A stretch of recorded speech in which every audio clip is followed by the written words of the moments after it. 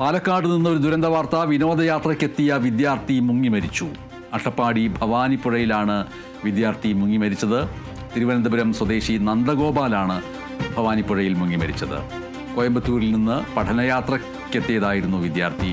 പഠനയാത്രയ്ക്കെത്തിയ സംഘത്തിൽ ഈ വിദ്യാർത്ഥി ഉണ്ടായിരുന്നു. പഠനയാത്രയ്ക്കെത്തിയ സംഘത്തോടൊപ്പം പുഴയിൽ കുളിക്കാനിറങ്ങിയപ്പോഴാണ് അപകടം സംഭവിച്ചത്. അവിടെ മുങ്ങി മരിക്കുകയായിരുന്നു.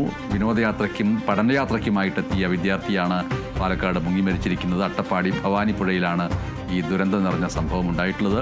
തിരുവനന്തപുരം സ്വദേശി നന്ദഗോപാൽ ആണ് മരിച്ചത്. കോയമ്പത്തൂരിൽ നിന്ന് പഠനയാത്രയ്ക്കായിട്ടാണ് ഈ സംഘം ഇവിടെ വന്നത്. ഇതിനു മുൻപും സമാനമായ സാഹചര്യങ്ങളിൽ അപകടം നടന്നിട്ടുണ്ട്. വിനോദയാത്രയ്ക്കും പഠനയാത്രയ്ക്കുമായിട്ട് എത്തിയിട്ടുള്ള കൂട്ടം ചേർന്നെത്തുന്നവർ അപരിചിതമായിട്ടുള്ള പ്രദേശങ്ങളിൽ എത്തുകയും അവിടുത്തെ നദിയുടെ പ്രത്യേകതയോ അതിൻ്റെ ഒഴുക്കോ മറ്റു കാര്യങ്ങളോ അറിയാതെ തന്നെ അതിലേക്ക് കുളിക്കുന്നതിനും ആഹ്ലാദ പ്രകടനം നടത്തുന്നതിന് വേണ്ടി ഇറങ്ങുകയും അപ്രതീക്ഷിതമായ സാഹചര്യങ്ങളിൽ ദുരന്തമുണ്ടാവുകയും ചെയ്തതിൻ്റെ ചരിത്രം നമ്മുടെ മുന്നിൽ ധാരാളമുണ്ട്.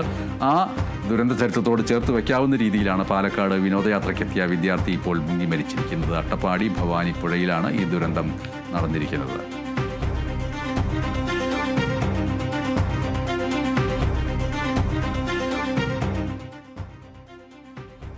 പെഷവാർ ചാവേർ ആക്രമണത്തിന് തിരിച്ചടി നൽകി പാകിസ്ഥാൻ. അഫ്ഗാനിസ്ഥാനിലെ